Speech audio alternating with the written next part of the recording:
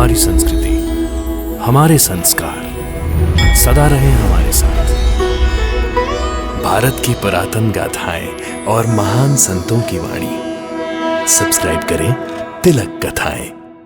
समय का कुछ होश भी है तुम्हें? क्यों माँ, क्या हुआ? क्या हुआ? भैया, आपको भूख लगी है कि नहीं पता नहीं, लेकिन मुझे बहुत देर से और बहुत जोर की भूख लगी है।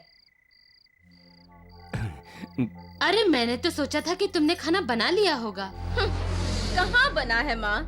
रसोई में तो चूल्हा ठंडा पड़ा है। लेकिन माँ जी, मैं कैसे खाना बना सकती हूँ? क्यों? आपको क्या हुआ है भाभी?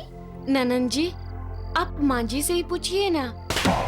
इन्होंने शकुंतला के सामने कितनी बार कहा है कि घर की बड़ी बहू घर का कोई भी काम नहीं करेगी। क्यों?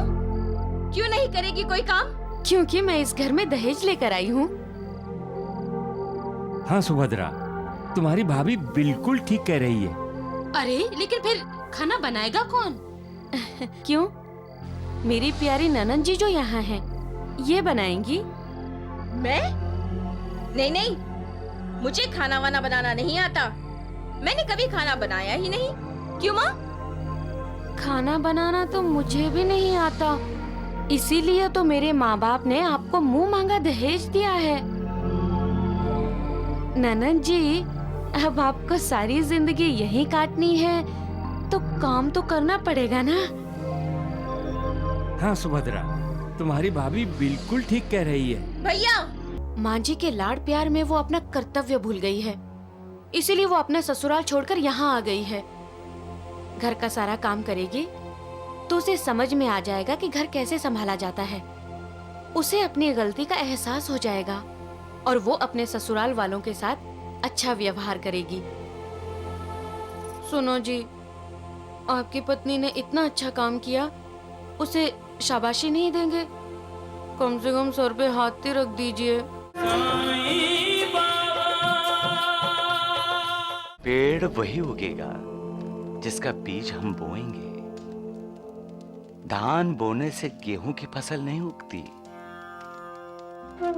दूसरे के रास्ते में कांटे बिछाने वाले को कभी ये उम्मीद नहीं करनी चाहिए कि उसकी राह पर फूल फेंके जाएंगे। नहीं, कभी नहीं। नफरत करोगे तो नफरत मिलेगी, प्रेम करोगे तो प्रेम मिलेगा। स्वर्ग नर्क दोनों यही हैं। आपके अपने कर्मों पर निर्भर है। आप अपने घर को नर्क भी बना सकते हैं और स्वर्ग भी। इतना याद रखो, वो मालिक सबका है और सबका भला चाहता है। वो किस लिए चिंता में डूबे हो? मेरी शरण में आ जाओ। जो मेरी शरण में आता है और दिल से मुझे चाहता है, मेरी भक्ति करता है, उसके कल्याण के लिए मैं हमेशा सोचता हूं। किसी को चाहना है तो उस मालिक को चाहो। कुछ मांगना है तो उस मालिक से मांगो। सबका मालिक एक। बहू, जी माँ जी। समय का कुछ होश भी है तुम्हें? क्यों माँ, क्या हुआ? क्या हुआ? भैया, आपको भूख लगी है कि नहीं पता नहीं, लेकिन मुझे बहुत देर से और बहुत जोर की भूख लगी है। अरे मैंने तो सोचा था कि तुमने खाना बना लिया होगा। कहाँ बना है माँ? रसोई में तो चूल्हा ठंडा पड़ा है। लेकिन माँ जी, मैं कैसे खाना बना सकती हूँ? क्यों? आपको क्या हुआ है भाभी? ननन जी, आप माँ जी से ही पूछिए ना। इन्होंने शकुंतला के सामने कितनी बार कहा है कि घर की बड़ी बहू घर का कोई भी काम नहीं करेगी। क्यों? क्यों नहीं करेगी कोई काम? क्योंकि मैं इस घर में दहेज लेकर आई हूँ। हाँ सुभद्रा, तुम्हारी भाभी बिल्कुल ठीक कह रही है। अरे लेकिन फिर खाना बनाएगा कौन? क्यों? मेरी प्यारी ननन जी जो यहाँ हैं, ये बनाएंगी। मैं? नहीं नहीं, मुझे खाना वाना बनाना नहीं आता। मैंने कभी खाना बनाया ही नहीं। क्यों माँ? खाना बनाना तो मुझे भी नहीं आता, इसीलिए तो मेरे माँ बाप ने आपको मुंह मांगा दहेज दिया है। ननद जी, अब आपको सारी जिंदगी यहीं काटनी है तो काम तो करना पड़ेगा ना। हाँ सुभद्रा, तुम्हारी भाभी बिल्कुल ठीक कह रही है। भैया, कोंडा जी, अपनी पत्नी से कह दो सुभद्रा उसके उस घर से आने से पहले इस घर की सदस्य है। बिल्कुल बिल्कुल, यही तो पार्वती कह रही है कि मेहमान जो कुछ दिनों के लिए होते हैं घर का काम नहीं करते, लेकिन जो घर वाले होते हैं जिन्हें घर में ही रहना होता है उन्हें काम करना पड़ता है, और यदि नहीं किया कभी तो करना चाहिए, आदत डालनी चाहिए। बिल्कुल। अब आप यहाँ से जाइए और जल्दी से खाना बनाइए, हम सबको बहुत भूख लगी है।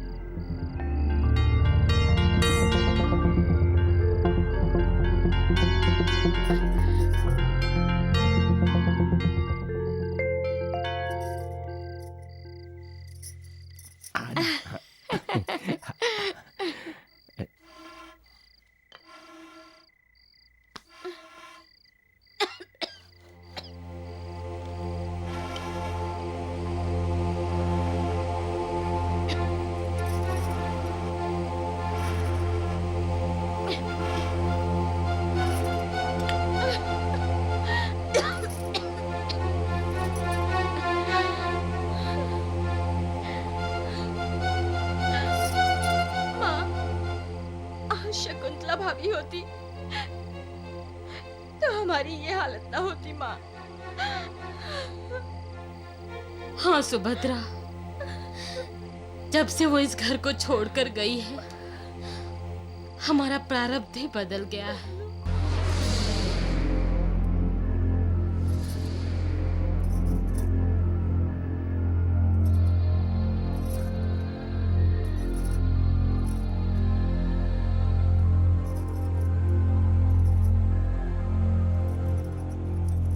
ये क्या हो रहा है?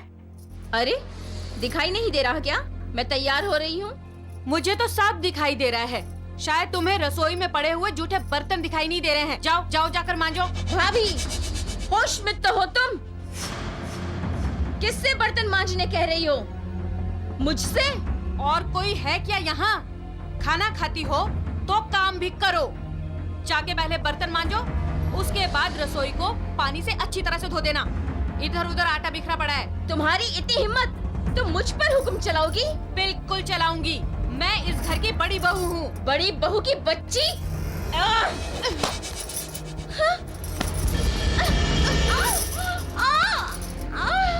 खबरदार मुझ पर हाथ उठाया तो तोड़ के रख दूंगी इस हाथ को, समझी? पार्वती, अरे ये क्या कर रही है? छोड़ उसे, छोड़।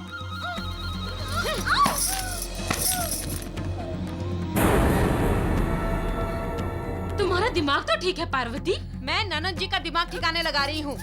अगर इसे इस घर में रहना है तो काम तो करना पड़ेगा, मुफ्त में रोटी नहीं मिलेगी। अरे तू कौन होती है इसे रोटी देने वाली? मैं इस घर की मालकिन हूँ, ये घर मेरा है और सुभद्रा मेरी बेटी है। यहाँ मैं जो चाहूंगी वही होगा, समझ गई? कोंडा जी, समझा दे इसे। ये क्या समझाएंगे मुझे? मैं आपको समझाती हूँ, कान खोलकर सुन लीजिए।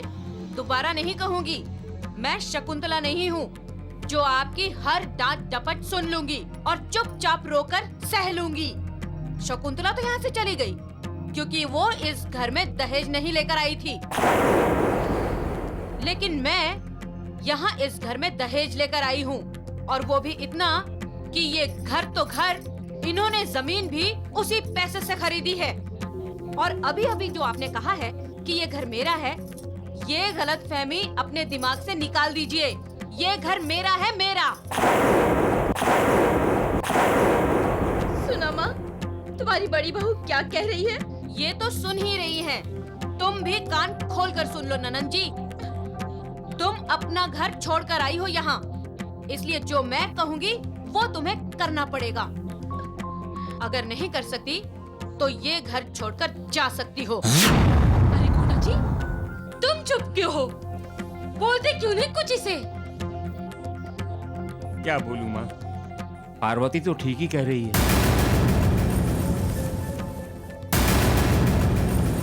शकुंतला जब यहाँ थी तो हम दोनों मिलकर घर का सारा काम करती थी, तो ये क्यों नहीं कर सकती?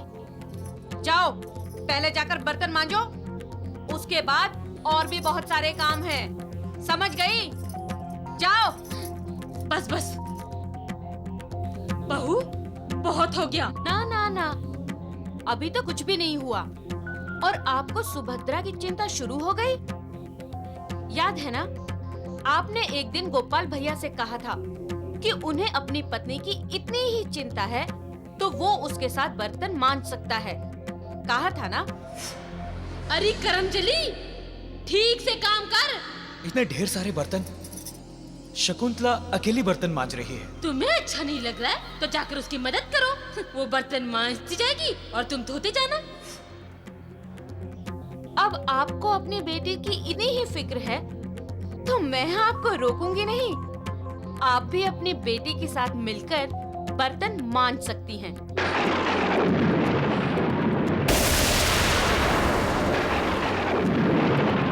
आप दोनों सोच क्या रही हैं?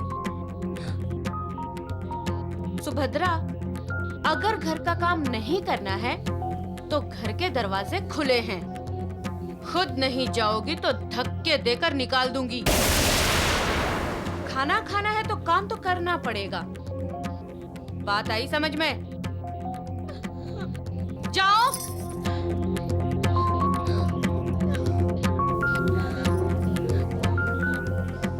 आप भी जाइए।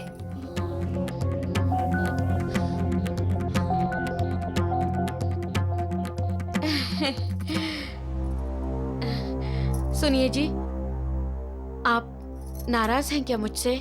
पार्वती, मुझे ये सब अच्छा नहीं लग रहा। मैं जो कुछ भी कर रही हूँ आपकी बहन की भलाई के लिए कर रही हूँ। माँ जी के लाड़ प्यार में वो अपना कर्तव्य भूल गई है, इसीलिए वो अपना ससुराल छोड़कर यहाँ आ गई है। घर का सारा काम करेगी तो उसे समझ में आ जाएगा कि घर कैसे संभाला जाता है। उसे अपनी गलती का एहसास हो जाएगा और वो अपने ससुराल वालों के साथ अच्छा व्यवहार करेगी।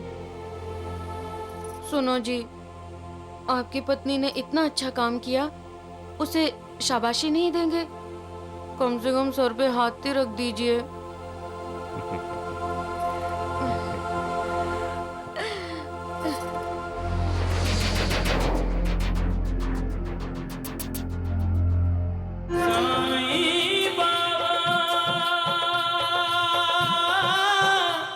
विठोबा की कृपा आप सब पर बनी रहे। गोली बुआ, हम आप में विठोबा को देखते हैं। मैं विठोबा नहीं हूँ, मैं भी आप सब की तरह विठोबा का ही भक्त हूँ। हमारे लिए हमारे विठ्ठल आप ही हैं। जो विठोबा के दर्शन करके आते हैं, हम उन्हें प्रणाम करते हैं तो वो प्रणाम विठोबा को पहुंचता है। विठ्ठला विठ्ठला, फिर तो आप सभी के प्रणाम हर दिन विठोबा तक पहुंच जाते होंगे। वो कैसे गोली बाबा? क्योंकि विठोबा तो यहाँ शिरडी में द्वारका माई में निवास करते हैं। महालसापति, तुम जानते हो साईं बाबा इसे द्वारका माई क्यों कहते हैं? क्योंकि इस स्थान पर आकर चारों वर्ण के लोग भगवान के दर्शन कर सकते हैं। यहाँ आकर धर्म, अर्थ, काम और मोक्ष को पाना सुलभ हो जाता है। दार्शनिक और तत्वज्ञानी लोग इसे द्वारिका कहते हैं। साईं बाबा की ये द्वारका माई कृष्ण की द्वारिका है, पंढरीनाथ की पंढरी है। प्रणाम। प्रणाम। गौली बुआ, मैंने आपको नहीं गधे को प्रणाम कहा है।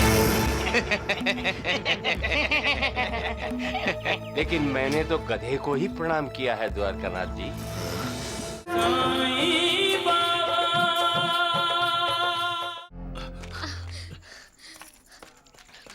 अगो भाई, क्या है? अहो ऐकलत, गौली बुआ आ गए।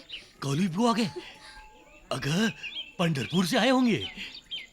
विठोबा के इतने बड़े भक्त हैं कि 8 महीने पंढरपुर में ही रहते हैं।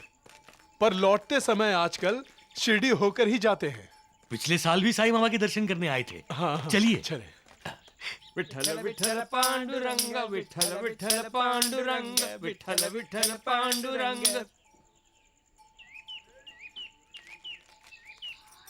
विठोबा की कृपा आप सब पर बनी रहे। गोली बुआ, हम आप में विठोबा को देखते हैं। मैं विठोबा नहीं हूँ, मैं भी आप सब की तरह विठोबा का ही भक्त हूँ। हमारे लिए हमारे विठ्ठल आप ही हैं। जो विठोबा के दर्शन करके आते हैं, हम उन्हें प्रणाम करते हैं तो वो प्रणाम विठोबा को पहुंचता है। विठ्ठला विठ्ठला, फिर तो आप सभी के प्रणाम हर दिन विठोबा तक पहुंच जाते होंगे। वो कैसे गोली बाबा? क्योंकि विठोबा तो यहाँ शिरडी में द्वारका माई में निवास करते हैं। विठ्ठला विठ्ठला पांडुरंगा पांडुरंगा, विठ्ठला विठ्ठला पांडुरंगा पांडुरंगा।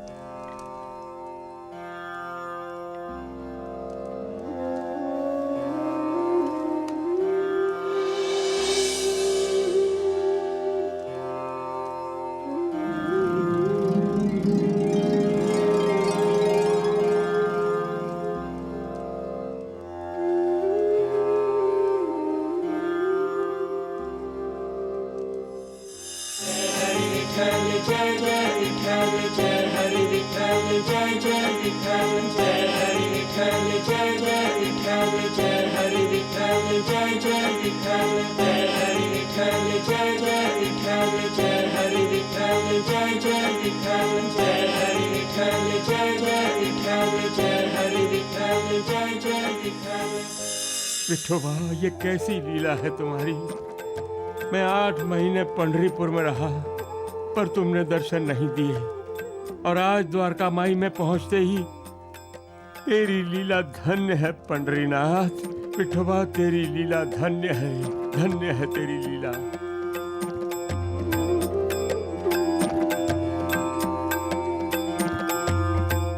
अरे अरे तुम सब देखो देखो, विठोबा प्रकट हुए हैं। देखो तुम सब।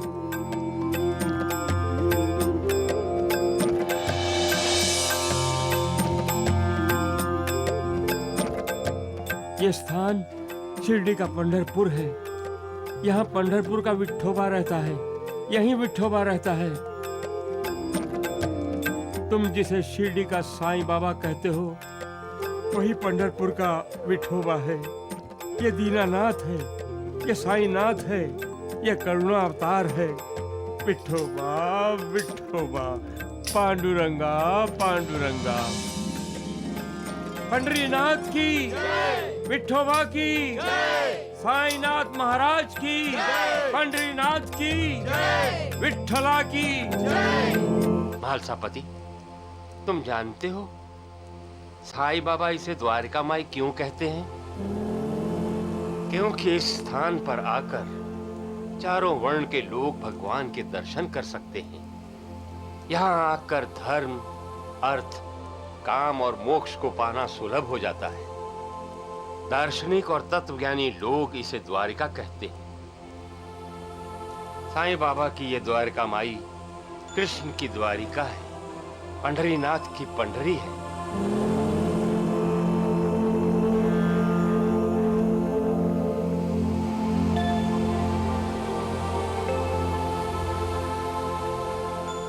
गौली बुआ, जब आप अपने घर लौटेंगे तो रास्ते में ये दासगणु मिलेंगे ही। तो क्या साईं बाबा दासगणु को भी जानते हैं?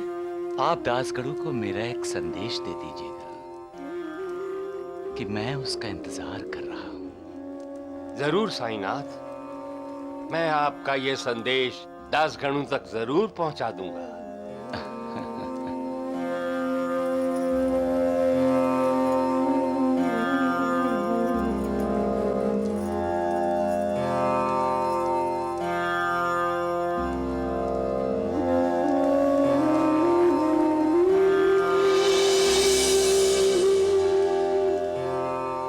ये द्वारका माई हम सब के लिए मोक्ष का द्वार है, इसीलिए हम सब इसे द्वारका माई कहते हैं।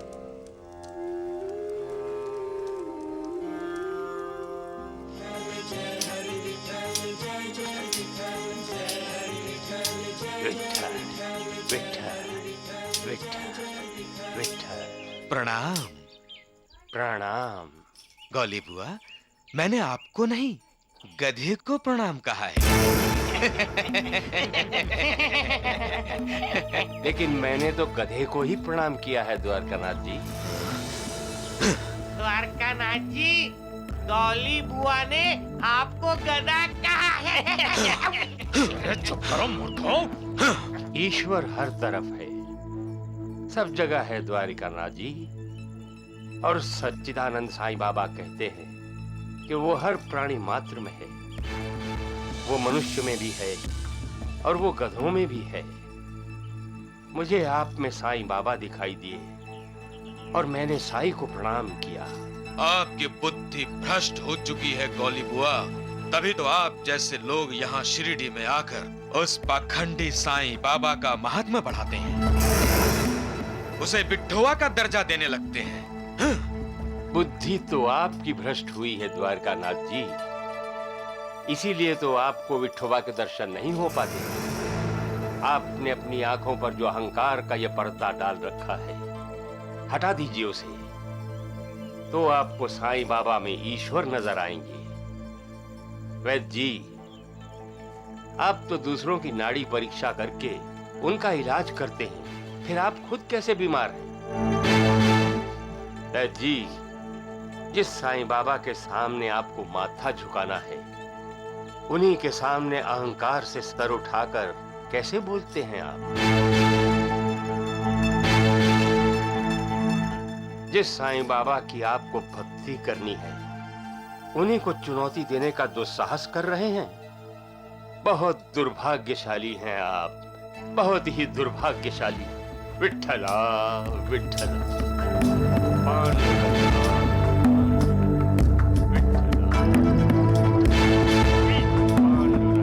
चलिए वैद्य जी। हाँ, चलिए। विठ्ठला, विठ्ठला, विठ्ठला, विठ्ठला, विठ्ठला, पांडुरंगा। नमस्कार गौली बुआ। नमस्कार। आपको नमस्कार किया मतलब विठोबा को नमस्कार किया। दासगणु, मुझे नहीं, उस विठोबा को नमस्कार करो। पंढरपुर जाकर? नहीं, शिरडी जाकर। शिरडी के साईं बाबा को नमस्कार करो, वो ही विठोबा हैं और उन्होंने तो स्वयं तुम्हें बुलाया है। मेरे तो गिरधर गोपाल, दूसरों ना कोई। क्या मतलब? मैं शिरडी वाले साईं बाबा के पास क्यों जाऊं? मेरे सदगुरु श्री वामन शास्त्री जो हैं, जाना ही होगा तो मैं उनके पास जाऊंगा। विठ्ठला, विठ्ठला। जय हरि विठ्ठल। शिरडी तो तुम्हें आना ही पड़ेगा गड़ू, मैं तुम्हें खींच कर यहाँ ले आऊंगा।